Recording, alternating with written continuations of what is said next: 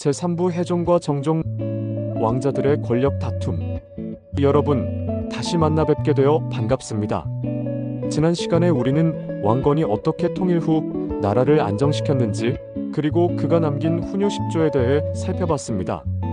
왕건은 죽기 직전 이렇게 당부했습니다. 왕위는 반드시 적장자가 계승해야 한다. 형제가 서로 다투어서는 안 된다.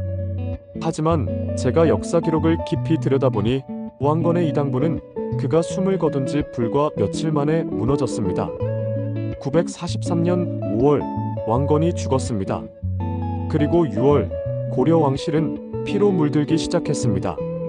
왕건의 25명 아들들. 이들은 저마다 왕이 되고 싶었습니다. 그들의 어머니인 29명의 부인들도 자기 아들을 왕으로 만들기 위해 온갖 수단을 동원했습니다. 여기서 한 가지 흥미로운 사실이 있습니다. 왕건이 가장 사랑했던 첫째 부인 신해왕후의 아들 해종은 겨우 2년밖에 왕위에 있지 못했습니다. 왜 그랬을까요?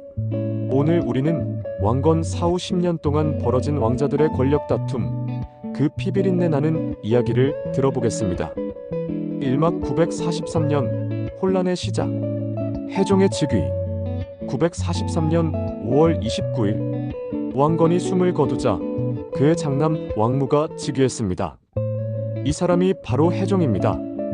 당시 해종의 나이는 35이었습니다. 충분히 성숙한 나이였죠.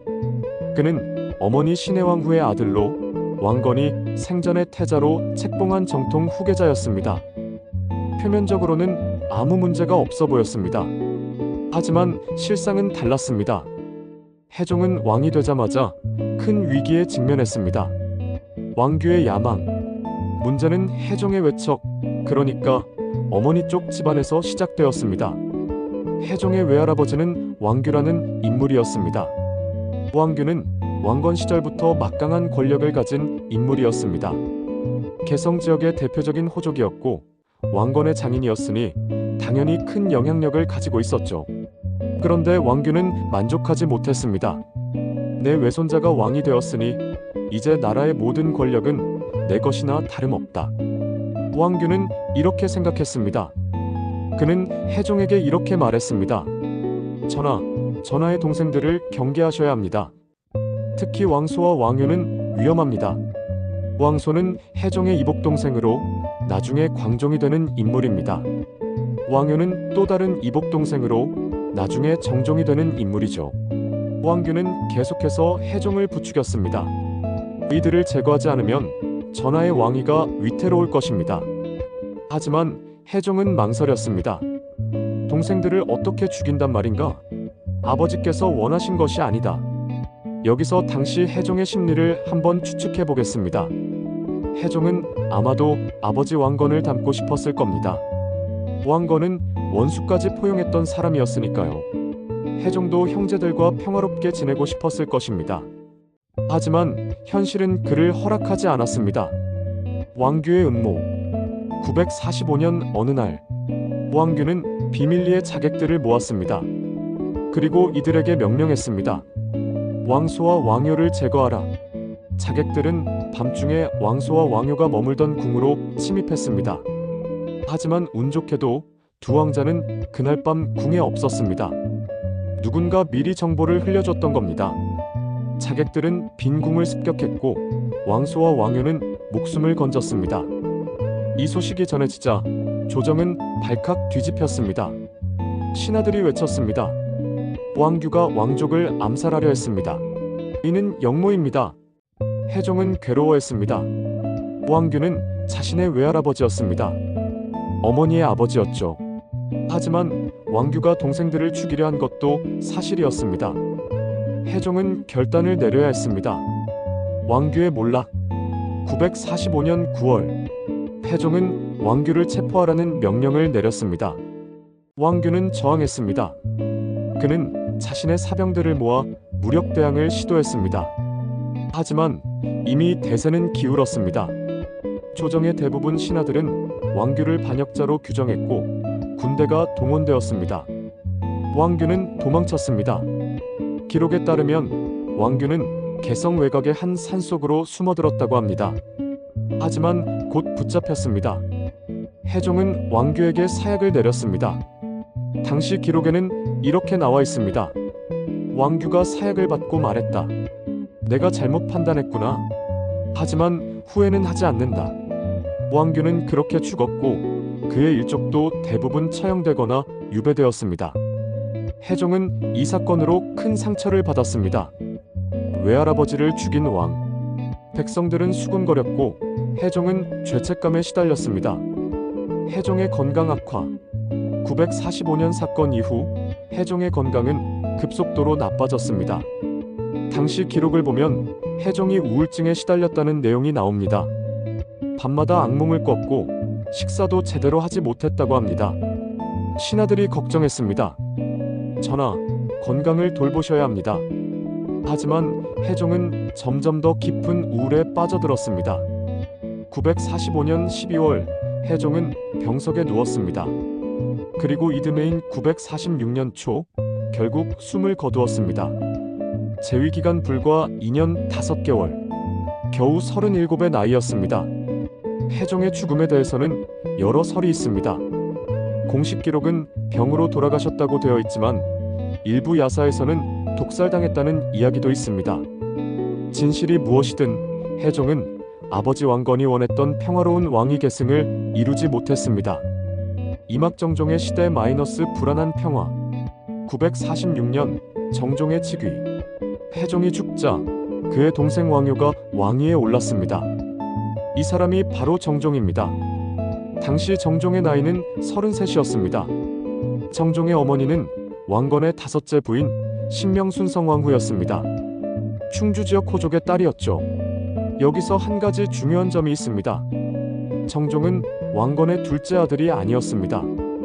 넷째 아들이었습니다. 그렇다면 왜 정종이 왕위에 올랐을까요? 둘째와 셋째 아들은 어디 갔을까요? 기록을 보면 둘째 아들은 일찍 죽었고 셋째 아들은 왕위 계승에서 스스로 물러났다고 나와 있습니다. 하지만 저는 여기에 다른 이야기가 숨어 있다고 생각합니다.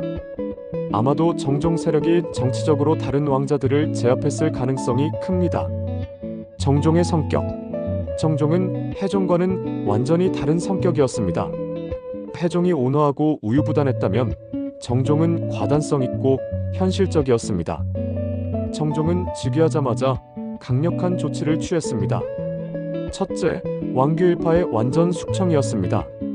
해종 때 이미 왕규는 죽었지만 그의 잔당들이 여전히 남아 있었습니다. 정종은 이들을 모두 찾아내 처형하거나 유배시켰습니다. 왕규의 피를 이은 자는 한 명도 남겨두지 마라. 냉혹했지만 이것이 왕권을 안정시키는 길이라고 정종은 판단했습니다. 둘째, 호족 세력 견제였습니다. 정종은 왕건이 만든 제도들을 더욱 강화했습니다. 사심관 제도와 기인 제도를 엄격하게 운영했고 중앙에서 파견하는 관리들의 권한을 강화했습니다. 호족들은 불만이었지만 감히 반발하지 못했습니다. 정종의 강력한 성격을 알고 있었기 때문입니다. 949년 광종에게 왕위를 넘기다. 그런데 여기서 놀라운 일이 벌어집니다. 정종은 949년 자신의 동생 왕소에게 왕위를 물려줬습니다. 재위기간 불과 3년. 왜 그랬을까요? 공식 기록에는 이렇게 나와 있습니다. 정종께서 병환으로 인해 왕위를 동생에게 물려주셨다. 하지만 저는 다른 이유가 있었다고 추정합니다. 정종은 아마도 정치적 부담을 느꼈을 것입니다. 해종의 죽음 이후 왕실 내부의 권력 다툼은 더욱 심해졌습니다. 정종의 아들들과 다른 왕자들 사이에도 갈등이 있었습니다. 정종은 생각했을 겁니다. 이러다가는 나도 형처럼 비참하게 죽을 수 있다. 그래서 그는 대담한 결정을 내렸습니다. 동생 왕소에게 왕위를 넘기되 자신은 왕실의 원로로 남아 영향력을 행사하겠다는 것이었죠. 왕소, 광종의 등장. 949년 4월 왕소가 왕위에 올랐습니다. 이 사람이 바로 광종입니다. 광종에 대해서는 다음 편에서 자세히 다루겠지만 여기서 간단히 소개하겠습니다. 광종은 왕건의 넷째 아들이었습니다. 하지만 서열상으로는 그보다 위인 형들이 많았습니다. 그런 그가 왕위에 오른 것은 정종의 선택 덕분이었습니다. 하지만 광종은 온순한 사람이 아니었습니다. 그는 왕위에 오르자마자 고려 역사상 가장 피비린내 나는 숙청을 시작했습니다. 왜 그랬을까요? 광종은 형들의 비참한 최후를 지켜봤습니다. 태종은 권력 다툼에 시달리다 젊은 나이에 죽었고, 정종은 불안한 왕위를 버티다 결국 물러났습니다. 광종은 생각했을 겁니다. 나는 다르게 해야 한다. 왕권을 강화하지 않으면 나도 그들처럼 될 것이다. 산막 형제들의 그늘 마이너스 권력의 이면, 죽어간 왕자들. 왕건의 25명 아들 중 왕이 된 사람은 4명입니다. 태종, 정종, 광종, 그리고 나중에 등장하는 경종. 그렇다면 나머지 21명은 어떻게 되었을까요? 역사 기록을 보면 대부분이 일찍 죽었거나 역사에서 사라졌습니다. 일부는 자연사했을 수도 있습니다. 하지만 상당수는 정치적 숙청의 희생자였을 가능성이 큽니다. 특히 광종 시대에 들어서면서 왕자들에 대한 대대적인 숙청이 시작되었습니다. 왕건의 딸들. 왕건에게는 딸도 9명 있었습니다. 이들의 삶도 비극적이었습니다. 왕건의 딸들은 대부분 정략 결혼의 도구로 사용되었습니다. 유력 호족들에게 시집을 갔고 왕실과 호족 사이의 연결고리 역할을 했죠. 하지만 형제들의 권력 다툼이 시작되자 이들도 안전하지 못했습니다. 남편이 숙청당하면 부인인 공주들도 유배되거나 감금되었습니다. 당시 기록 중에는 이런 내용도 있습니다. 대모광 후왕건의 딸과 남편의 영모에 연루되어 궁에 유폐되었다. 평생 그곳에서 나오지 못했다. 왕실에 태어났다는 것이 축복이 아니라 저주가 된 시대였습니다. 왕건의 부인들의 운명. 왕건의 29명 부인들도 각자의 운명을 맞이했습니다. 가장 비극적이었던 사람은 신해왕후였습니다. 왕건이 가장 사랑했던 첫째 부인이자 해종의 어머니였던 그녀는 945년 아버지 왕규의 영모 사건과 946년 아들 해종의 죽음을 모두 지켜봐야 했습니다. 기록에는 그녀의 최후가 명확히 나와 있지 않습니다. 하지만 아마도 비참했을 것입니다. 다른 부인들도 마찬가지였습니다. 자신의 아들이 왕위 다툼에서 패배하면 그 어머니도 권력을 잃었습니다. 궁에서 쫓겨나거나 냉대받으며 여생을 보냈죠. 여기서 한 가지 흥미로운 사실이 있습니다. 왕건의 셋째 부인이었던 신정왕후는 예외였습니다. 그녀는 광종의 어머니였고 광종이 왕위에 오르면서 최고의 권력을 누렸습니다. 하지만 그것도 아들의 권력 덕분이었을 뿐 그녀 자신의 힘은 아니었습니다. 왕건이 남긴 숙제. 왕건은 왜 29명이나 되는 부인을 두었을까요? 지난 시간에 말씀드렸듯이 이것은 정략 결혼이었습니다. 각 지역 호족과의 동맹을 위한 것이었죠. 하지만 이것은 동시에 큰 문제를 만들었습니다. 25명의 아들, 9명의 딸. 이들은 모두 왕위 계승의 잠재적 후보자였습니다. 그리고 그들의 어머니인 29명의 부인들은 각자 자기 아들을 왕으로 만들고 싶어 했습니다. 왕건은 이것을 예견했을까요? 아마도 예견했을 것입니다. 그래서 훈요 10조의 적장자 계승 원칙을 명확히 한 것이겠죠. 하지만 그것만으로는 부족했습니다. 권력 앞에서 형제애는 무너지기 쉬운 것이었으니까요. 사막 교훈과 의미. 왕건의 후계 구도, 무엇이 문제였나? 역사학자들은 이 시기를 왕실 내분기라고 부릅니다. 왕건이 세운 고려는 통일 왕조였지만 왕실은 안정되지 못했습니다. 왜 그랬을까요? 첫째, 명확한 계승 구조의 부재였습니다. 왕건은 적장자 계승을 말했지만 실질적인 제도는 없었습니다. 누가 적장자인지도 명확하지 않았고 만약 적장자가 무능하면 어떻게 할 것인지도 정해지지 않았습니다. 둘째, 호족연합 체제의 한계였습니다. 왕건은 호족들과의 혼인 동맹으로 나라를 통일했습니다. 하지만 이것은 왕권을 약하게 만들었습니다. 각 부인의 집안, 즉 호족들이 왕실 내부에서 권력 다툼을 벌였으니까요. 셋째, 외척 세력의 발호였습니다. 해종 때의 왕규처럼 왕의 외할아버지나 장인이 권력을 남용하는 사례가 반복되었습니다. 이런 문제들은 광종시대에 들어서면서 극단적인 방법으로 해결됩니다. 광종은 왕권 강화를 위해 대대적인 숙청을 단행했고, 이 과정에서 수많은 사람들이 희생되었습니다. 만약 왕건이 다르게 했다면? 역사에 만약은 없습니다. 하지만 우리는 상상해 볼 수 있습니다. 만약 왕건이 부인을 적게 두었다면? 만약 왕건이 태자를 일찍 명확하게 정하고 권한을 넘겨줬다면? 만약 왕건이 호족연합이 아니라 중앙집권적 구조를 처음부터 만들었다면? 역사는 달라졌을 수 있습니다. 하지만 당시 상황에서 왕건에게는 다른 선택지가 없었을 수도 있습니다. 통일을 위해서는 호족들의 협력이 필수였고, 그들의 협력을 얻기 위해서는 혼인 동맹이 가장 효과적인 방법이었으니까요. 역사가 우리에게 주는 교훈.